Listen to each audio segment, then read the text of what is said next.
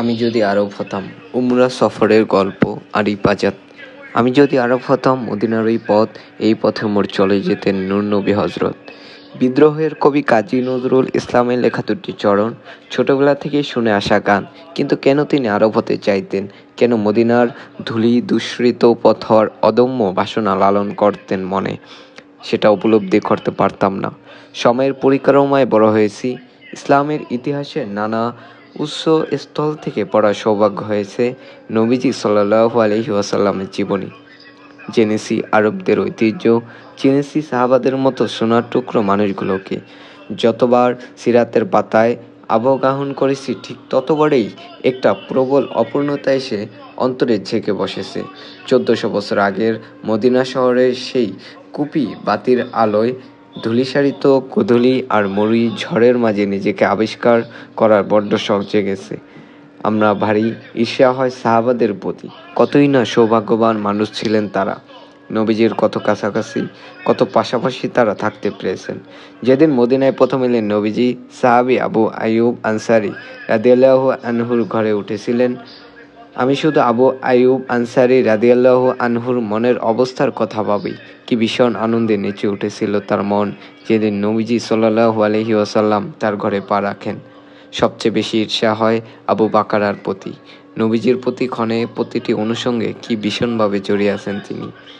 হিজরতের দিন নবীজি যখন তার কাছে এসে বলেন, বেরুতে হবে, সম্মুখের ভয়, বিপদ আর শঙ্কার কথা বলে তিনি ডুকরে কেঁদে উঠছিলেন। অপ্রার্থিব সুখের কান্না। উমার রাদিয়াল্লাহু আনহুকে আমার অতি মানব বলে মনে হয়। কি দুর্দান্ত তার প্রত্যাবর্তন!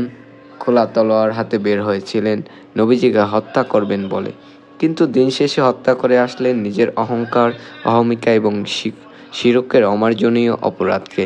সত্যের সুনির্মল সাক্ষ্যকে বুকে ধারণ করে তিনি হয়ে উঠলেন সত্যিকারের সোনার মানুষ। হাবাসা থেকে আসা বিলাল, পারস্য থেকে আসা সালমান, ইয়ামেন থেকে আসা আবু মুসা আল আশআরি, আহা, দুনিয়ার সকল আত্মা, সকল প্রাণ যেন মিশেছিল নবীজির আঙ্গিনায়।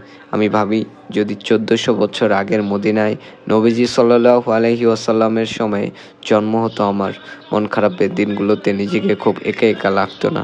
ছুটে চলে যেতাম নবীজির কাছে, নবীজিকে বলতাম, ইয়া রাসূলুল্লাহ, মনটা ভীষণ খারাপ। নবীজি শুভ্র চেহারা ভরে যেত ভালোবাসার অনুকম্পয়। আমাকে পাশে বসিয়ে প্রিয়তম বন্ধুর মতো মাথার চুলে আঙ্গুল চালিয়ে তিনি জিজ্ঞাসা করতেন, কেন তোমার মন খারাপ? ঘরে খাবার না থাকলে পরম ভরসায় চলে যেতে পারতাম নবীজির কাছে। দয়ার নবী, হয়তোবা তার ঘরেও পর্যাপ্ত খাবার থাকবে না, তবু সদা হাস্য মুখে তিনি বলবেন, তুমি বসো, আমি খাবার নিয়ে আসছি। ঘরে গিয়ে বেশ খোঁজাখুঁজি করেও আমাকে দেওয়ার মতো তিনি কিছুই পাবেন না। মলিন এক চামড়ার থলেতে হাত দিলে 3টি খেজুর পাওয়া যাবে।